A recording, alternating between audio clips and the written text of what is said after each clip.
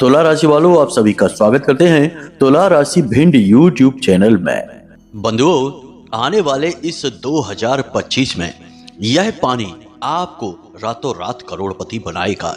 देवी देवताओं की सीधी कृपा आप तक पहुंचाएगा और आपके जीवन के हर एक कष्ट को चुन चुन कर समाप्त कर देगा। इसका कारण यह है कि इस एक शक्ति को जिसे आप इस पानी में मिलाएंगे उसमें इतनी सकारात्मक ऊर्जा है कि यह आपके जीवन के हर एक दुख और कष्ट को चुटकियों में समाप्त कर सकती है।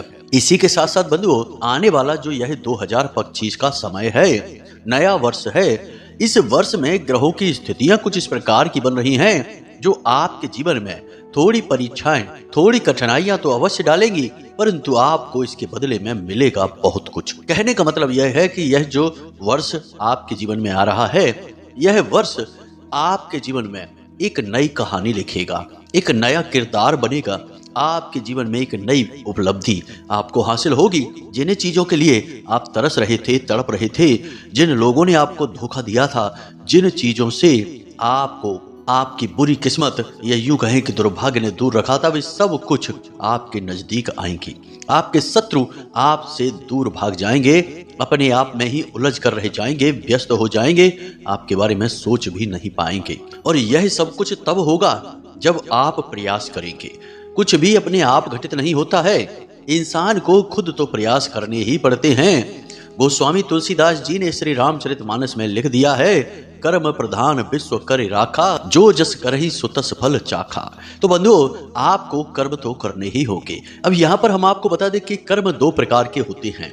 एक वो जिनसे हम अपने जीवन को चलाते हैं, यानी दिनचर्या में किए जाने वाले कार्य, इन्हें हम दैनिक क्रियाएं कहते हैं। लेकिन कुछ ऐसी चीजें होती हैं, ऐसे कार्य होते हैं जिनका हमारे दैनिक दिनचर्या से कोई खास लेना देना नहीं होता है, परंतु वे हमारे कर्म का निर्माण कर देते हैं। इन्हीं में से यह एक कार्य है जिसके बारे में हम आपको बता रहे हैं कि आप पानी में इस एक चीज को मिलाकर प्रतिदिन पिएं। सुबह के समय खाली पेट जब आप होते हैं, बिल्कुल दिमाग से भी खाली होते हैं, ईश्वर से ज्यादा जुड़े होते हैं, इस संसार, इस माया में लिप्त और डूबे नहीं होते हैं, उस समय आप इस पानी को पिएं और आप देखें कि इसकी दिव्यता, इसके चमत्कारी परिणाम कैसे आपके जीवन में बन रही सकारात्मक घड़ियों को आपके लिए शुभ घड़ियों में बदल कर रख देंगे।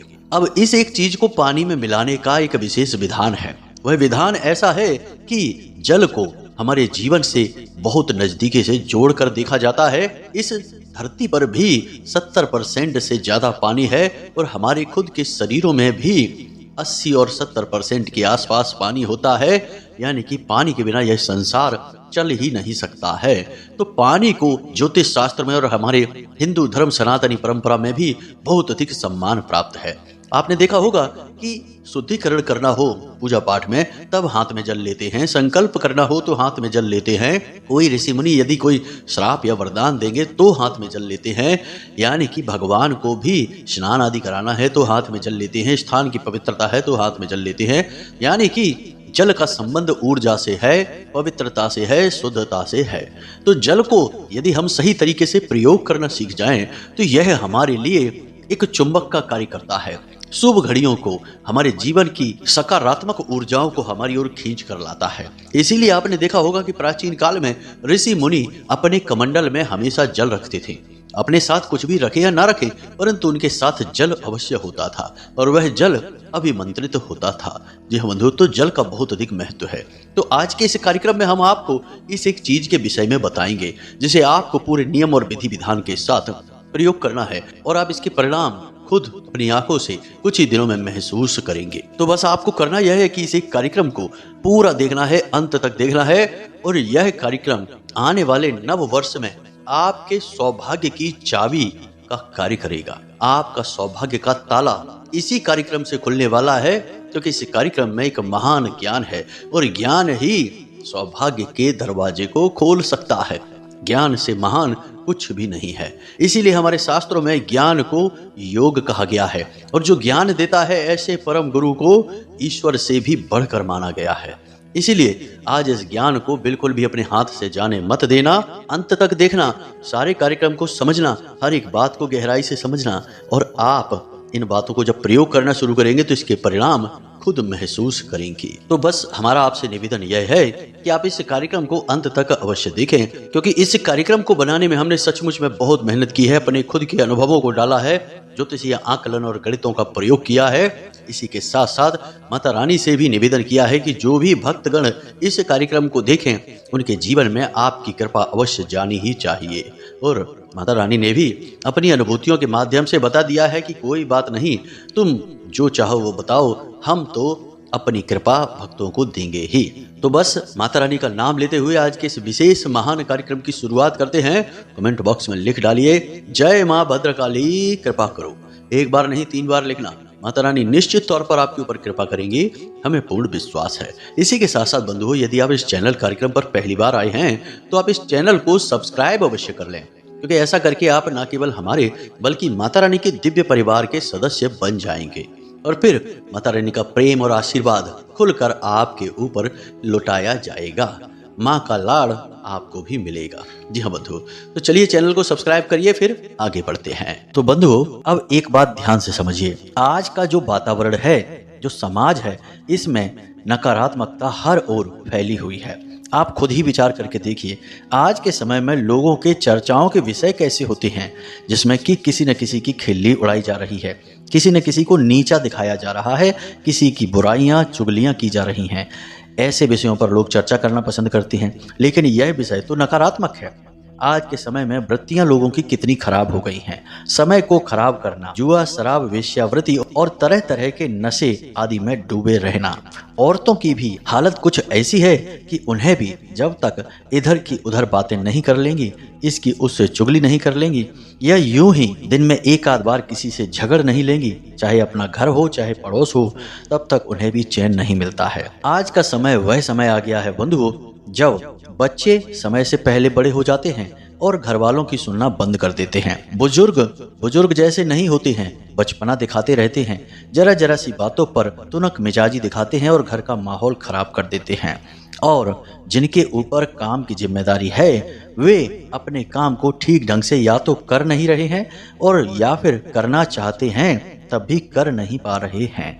यानी कहने का मतलब यह है कि आज का यह जो संसार है, पता नहीं कुछ ऐसा हुआ है जिसकी वजह से चारों तरफ से नकारात्मकता से घिर चुका है।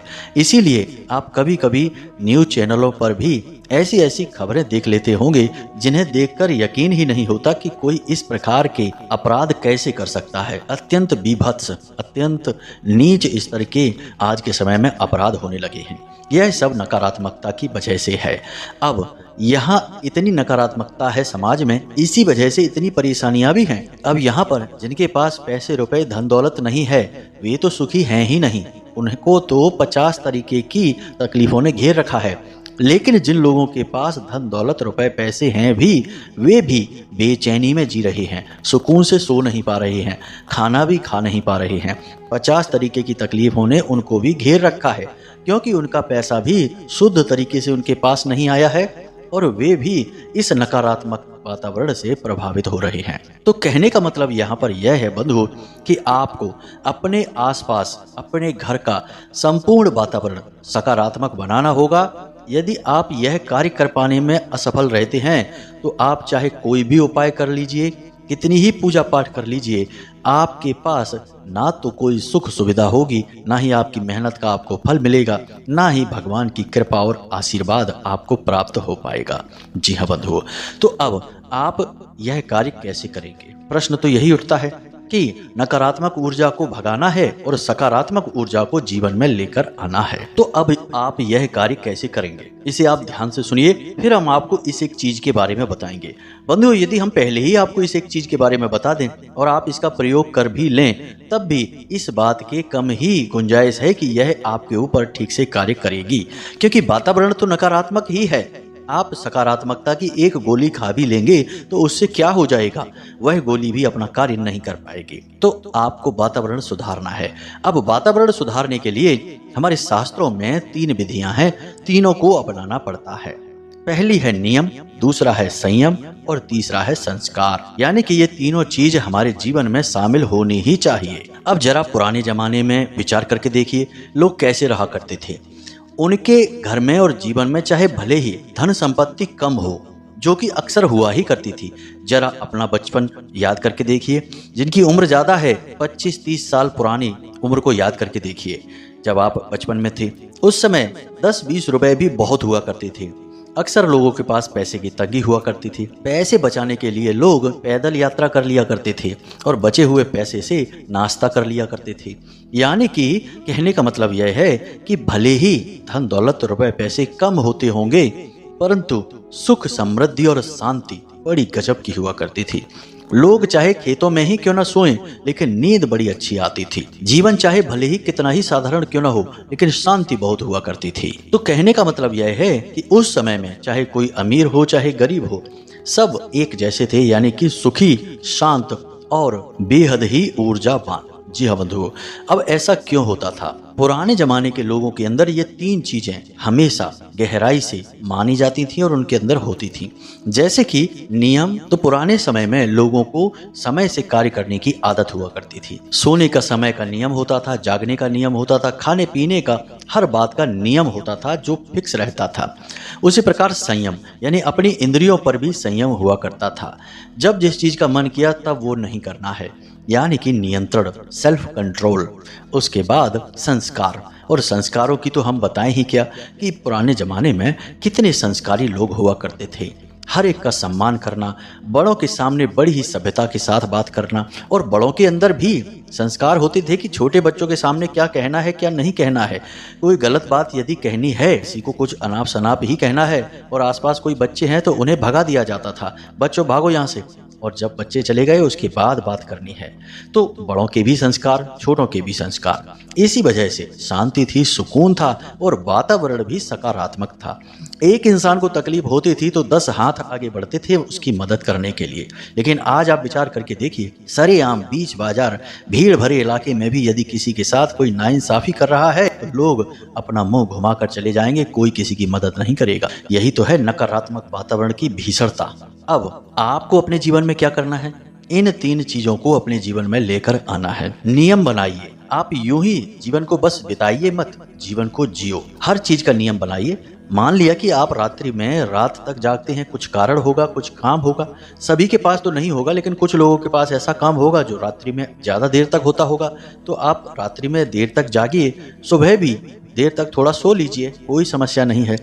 रात्रि को 12 बजे तक 1 बजे तक जागे हैं तो सुबह 7 बजे तक जाग जाइए या फिर 8 बजे तक जाग जाइए। अब यह नहीं है कि दिन में भी 12 बजे तक सो रहे हैं। कोशिश आप यह करिए कि सूर्यास्त होने से पहले भोजन करिए, रात्रि को 9 या 10 बजे के बीच सोइए और सुबह 4 बजे जाग जाइए। यही सर्वोत्तम दिनचर्या है। इसी के अनुसार नियम का पालन होता है। अन्य चीजों के लिए भी अपने नियम बनाइए, जैसे कि समय से पूजा पाठ करना, समय से व्यायाम करना, समय से मंदिर जाना, समय से सभी कार्यों को व्यवस्थित करना, यानी हर एक कार्य को समय से करना। यही है नियम। उसके बाद संयम। संयम मतलब कि अपनी इंद्रियों पर नियंत्रण करने की कोशिश करिए। यूं ही कुछ मत खाइए, यूं ही किसी के साथ गप्पे मत हाँकिए, यूं ही किसी भी बात को मत कह दीजिए, यूं ही कुछ भी मत करने लगो। यह सब इंद्रियों के भोग हैं और इनसे आपके संस्कार क्षीण होते हैं, कमजोर होते हैं। तो अपने संस्कारों को मजबूत बनाने के लिए आपको अपनी इंद्रियों पर भी नियंत्रण बनाना पड़ेगा।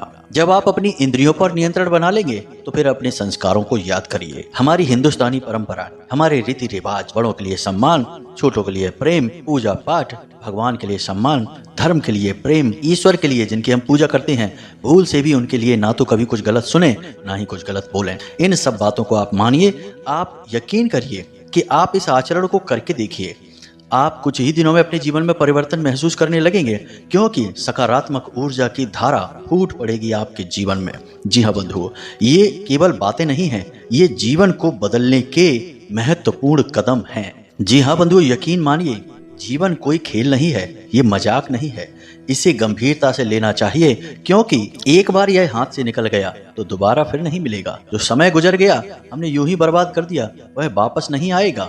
अगर आ सकता तो दुनिया में लोग कितने हैं जो अपने समय को वापस मंगा लेते, पुनः जवान हो जाते। बूढ़ा कौन होना चाहता। बंधु, इन बातों की गंभीरता को अवश्य समझें। अब कुछ जरूरी कार्य हैं जिन्हें आपको नियमित तौर पर करना चाहिए, जैसे कि आपके घर के मुख्य दरवाजे पर सुबह और शाम जल का सिंचन अवश्य होना चाहिए और गाय के घी का एक दीपक अवश्य जलाया जाना चाहिए। दूसरा कार्य, आपके घर के जो ऊर्जा के क्षेत्र हैं, केंद्र हैं, उन पर ध्यान दें। जैसे कि घर का ब्रह्म स्थान हमेशा साफ सुथरा होना चाहिए, यानी घर के ठीक बीचों बीच का स्थान साफ सुथरा होना चाहिए और वहाँ पर माता तुलसी की स्थापना करनी चाहिए। अब यदि वह कोई कमरा पड़ जाता है तो कोई बात नहीं, तब भी उस कमरे को हो सकता है खाली रखें, आप जितना रख सकते हैं, और साफ सुथरा रखें। अपने घर का ईशान कोण यानी पूर्व और उत्तर दिशा के बीच की जो दिशा है उसे बिल्कुल साफ सुथरा रखें, खाली रखें, और वहाँ पर एक बेलपत्र का पौधा स्थापित करें और शिवलिंग को वहां पर लाकर रखें। इसी प्रकार घर के वायव्य कोण में, यानी कि आपके घर की जो उत्तर दिशा है और पश्चिम दिशा है, इसके ठीक बीचों बीच में वायव्य कोण होता है। इस दिशा में आप धन का एक कटोरा रखें, कांच का एक कटोरा लें, उसमें सिक्के भर दें ऊपर तक पूरे, और उसके बाद पूरा जल भर दें और सिक्के को उसमें डुबा दें। इस कटोरे को आप वहां रखें और हर 3 दिन में इस पानी को बदलते रहें। इस पानी को निकालकर अपने घर के दरवाजे पर सिंचित करें और नया पानी इसमें भर दें। इसे धन का कटोरा कहते हैं। इससे माता लक्ष्मी प्रसन्न होती हैं और पैसा चुंबक की तरह खिंचकर आपके जीवन में आएगा। इसी के साथ साथ बंधुओं, आप अपने घर के हर एक कोने में एक एक लौंग का जोड़ा रखें, यानी 4 कोनों में 4 जोड़े हो गए। अब हर 3 दिन में आप इन जोड़ों को इकट्ठा करें और अपने घर के दरवाजे के बाहर थोड़ा सा कपूर लें किसी कटोरी में या प्लेट में, और उसके ऊपर इन लौंगों को रखकर जला दें। इससे आपके घर की संपूर्ण नकारात्मकता बाहर निकल जाएगी।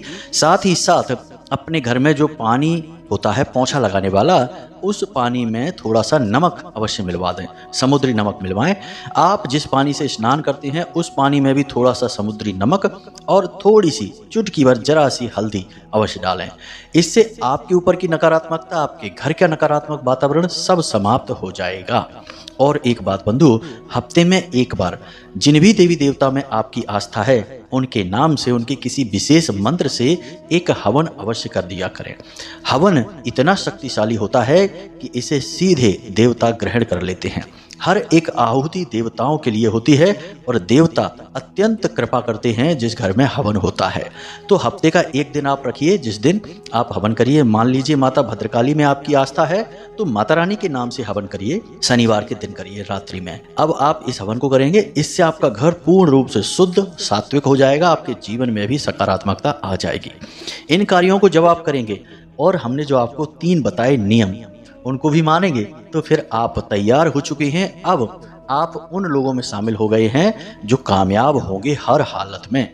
जिस काम को करेंगे उसमें सफलता मिलेगी, हर मेहनत का पूरा फल मिलेगा और दुनिया की कोई भी ताकत, बुरी से बुरी ताकत आपका बाल भी बांका नहीं कर पाएगी। अब हम आपको बताने जा रहे हैं उस एक चीज के बारे में जिसे आपको जल में, पानी में मिलाकर पीना है। कैसे पीना है, कब पीना है, सारी बातें बताएंगे। और एक क्रिया है जिसे करना है, फिर आप उसके चमत्कार खुद महसूस करेंगे और हमें कमेंट करके अवश्य बताना कि आपको इसका क्या लाभ हुआ। तो बंधुओं अब ध्यान से सुनिए। बंधुओं, जब आप सुबह सोकर जागते हैं उस समय यह क्रिया आपको करनी है। सुबह के समय आप एक लोटा, एक कोई बड़ा बर्तन पानी का, इतना पानी उसमें डालें जितना आप एक बार में पी सकते हैं। सुबह के समय तो लगभग सभी लोग अधिक से अधिक पानी पीते हैं। इससे शरीर भी शुद्ध होता है और बीमारियों का भी नाश होता है। तो अगर आप इस नियम को नहीं मानते हैं तो आज से चालू कर दीजिए कि आप जब सोकर जागे तो एक बड़ा बर्तन भर के पानी पूरा पिएंगे, खाली पेट, बिना कुल्ला किए, बिना कुछ भी किए, सीधे बस आप उस पानी को पिएंगे। अब आपको उसी पानी में इस चीज को मिलाना है। तो इसे ध्यान से सुनिए, क्या है यह चीज। इसके लिए आपको क्या करना है कि एक दिन पहले रात्रि में अपने पूजा घर में जाना है स्नान आदि करने के बाद, और माता लक्ष्मी या भगवान श्री हरि विष्णु की जो साथ में उनकी फोटो है या अलग फोटो है, उस फोटो के नीचे आपको तुलसी की एक पत्ती रखनी है और उस पत्ती पर आपको थोड़ी सी केसर या फिर हल्दी लगा देनी है। अब यह क्रिया आप कैसे करेंगे इसे आप ध्यान से सुनिए। स्नान आदि करने के बाद आप अपने पूजा घर में तुलसी माता से एक पत्ती लेकर गए हैं। याद रखना कि तुलसी माता से पत्ती आपको सूर्यास्त के बाद नहीं तोड़नी है, सूर्यास्त से पहले तोड़नी है। और पत्ती हम यूं ही नहीं ले सकते, इसका भी संस्कार है। तो माता को एक सिक्का अर्पित करेंगे, चाहे वह 2 रुपए, 5 रुपए, 10 रुपए, चलने वाला सिक्का होना चाहिए, खोटा नहीं। तो आप माता को एक सिक्का अर्पित करेंगे और उनसे निवेदन करेंगे कि माता रानी, हम इस कार्य के लिए आपसे एक पत्ती लेना चाहते हैं और हम चाहते हैं कि आप अपनी कृपा इस पत्ती के साथ हमें दें और हमारा कार्य सिद्ध होने में हमारी मदद करें। आपको यह कहकर माता रानी से एक स्वस्थ पत्ती लेनी है। पत्ती टूटी फटी ना हो, दाग ना हो, बड़ी हो और साफ सुथरी हो, ऐसी पत्ती आपको ले लेनी है। और अब आपको क्या करना है कि इस पत्ती को ले जाकर अपने पूजा घर में माता लक्ष्मी और भगवान श्री हरि विष्णु के चरणों में रख देनी है। और इस पत्ती में आपको थोड़ी सी हल्दी लगा देनी है, हल्का सा गंगा जल इसके ऊपर छिड़क देना है और उसके बाद गाय के घी का दीपक माता रानी के सामने जलाना है। और माता रानी के सामने खड़े होकर ही आपको माता रानी के इस दिव्य मंत्र का 11 बार उच्चारण करना है। मंत्र आपको मोबाइल की स्क्रीन पर भी दिखाई देगा, जरा इसे ध्यान से सुने। मंत्र लंबा अवश्य है लेकिन बेहद ही प्रभावशाली और शक्तिशाली है, तो ध्यान से सुने। ओम श्रीम ह्रीम श्रीम कमले कमलालये प्रसीद प्रसीद श्रीम ह्रीम श्रीम ओम महालक्ष्मी नमः। मंत्र एक बार फिर से ध्यान से सुनिए। ओम श्रीम ह्रीम श्रीम कमले कमलालये प्रसीद प्रसीद श्रीम ह्रीम श्रीम ओम महालक्ष्मी नमः। इस मंत्र का आपको कम से कम 21 बार जाप करना है। अब गिनने की आवश्यकता नहीं है, बस यूं ही आप बोलते रहिए, अंदाजा लगा लीजिए। माला नहीं करनी है, बस मंत्रोच्चारण करना है। फिर जब मंत्रोच्चारण आपका पूरा हो जाए तो माता रानी से निवेदन करना है कि हे माता रानी, हम आपका स्वागत करते हैं अपने घर में, जीवन में, और हम चाहते हैं कि आप हमारे जीवन में आकर हमारी हर तकलीफ का हरण कर लें। भगवान की कृपा हमें प्राप्त करवाएं, हमारे जीवन में लेकर आएं। इस तरह से निवेदन करें और उसके बाद जब आपका मंत्र जाप हो जाए तो फिर आप उस पत्ती को उठाएं और उसके बाद उस पात्र में उस पत्ती को डाल दें रात्रि के समय ही, और उसे ढककर अपने सिरहाने रख लें जहां आप सो रहे हैं। और उसके बाद आप बेफिक्र होकर सो जाइए। जब सुबह आप सोकर जागेंगे तो उसी जल को आपको पी जाना है, पूरा पी जाना है, उस जल को बिल्कुल भी फेंकना नहीं है। और वह जो पत्ती आपने उसमें डाली है उस पत्ती को भी आपको खा लेना है, चबा जाना है। इस प्रकार से आपकी यह क्रिया पूर्ण हो जाएगी। अब इस क्रिया का प्रभाव आपके ऊपर क्या रहेगा? पहले ही दिन जब आप इस क्रिया को करेंगे तुरंत आपकी मानसिकता बदल जाएगी, यानी कि माता लक्ष्मी की कृपा आपके जीवन में आएगी, भगवान की कृपा आपके जीवन में आएगी। और सबसे बड़ी बात कि माता तुलसी का जो प्रभाव है, जो शुद्ध सकारात्मक प्रभाव है, वह आपको तुरंत महसूस होगा। यानी जैसे ही आप इस पानी को पिएंगे, पानी पीते समय भाव मन में अवश्य रखें कि आप माता रानी की कृपा अपने अंदर ले रहे हैं, ग्रहण कर रहे हैं, कृपा आपके जीवन में आ रही है। जैसे ही आप इस पानी को पिएंगे तुरंत आपका सिर हल्का हो जाएगा, मानसिक शांति का आप एहसास करेंगे और आपको अपने आसपास का वातावरण अच्छा महसूस होने लगेगा, शरीर में हल्कापन महसूस होने लगेगा। किसी प्रकार का यदि आपके ऊपर तनाव है, दबाव है, तो आपको उसे सहने की शक्ति प्राप्त हो जाएगी। अब हो सकता है पहले दिन ऐसा ना लगे, लेकिन दूसरे तीसरे दिन से ही आपको ऐसा लगना शुरू हो जाएगा। पूरे भाव के साथ इस क्रिया को करें। क्रिया सरल अवश्य है लेकिन बेहद ही शक्तिशाली है और प्राचीन है। पुराने जमाने में इसे बहुत किया करते थे लोग, यहाँ तक कि इस क्रिया का प्रयोग तो जल के पात्रों में भी किया जाता था। यानी जिस पात्र से पूरा घर पानी पीता है उस घड़ी में, उस पात्र में तुलसी की पत्ती को डाल दिया जाता था, हल्दी या केसर लगाकर। फिर इसका प्रभाव पूरे घर के लोगों पर रहता था। जहां सुमति तहां संपत्ति नाना। जब आपकी मति ही सु हो जाएगी, यानी अच्छी हो जाएगी, तो संपत्ति तो आ ही जाएगी। तो यह हमने प्रयोग आपको बताया। पूरा जीवन को व्यवस्थित करने का तरीका आपको शास्त्रों की विधि के अनुसार बताया, प्रमाणों के साथ। तो उम्मीद करते हैं कि जो बातें हमने आपको बताई हैं इस कार्यक्रम में भी आपको समझ में आ गई हैं। इन बातों का प्रयोग करिए और आने वाले वर्ष को अपने जीवन का सबसे शानदार वर्ष बना डालिए। बाकी माता रानी तो हैं ही आपका और हमारा सबका कल्याण करने के लिए। इसी के साथ साथ बंधु, आज के इस कार्यक्रम को यहीं समाप्त करते हैं। यदि कोई प्रश्न आपके मन में उठे, कोई भी सवाल हो, कुंडली का विश्लेषण कराना हो, तो आप वीडियो में दिए गए नंबर पर फोन कर सकते हैं, सारी जानकारी ले सकते हैं। इसी के साथ साथ बंधु, आपसे एक छोटा सा निवेदन और करना है कि जीवन को सुंदर बनाना है तो कुछ नियम अपनाने हैं। हमेशा खुश रहिए, सकारात्मक रहिए, ईश्वर में विश्वास रखिए और दिन में एक बार मंदिर अवश्य हो आइए, क्योंकि आपका कल्याण, आपका उद्धार वहीं से होना है। तो प्रेम से बोलिए जय माई की, जय मां भद्रकाली। माता रानी आपका कल्याण करें। धन्यवाद।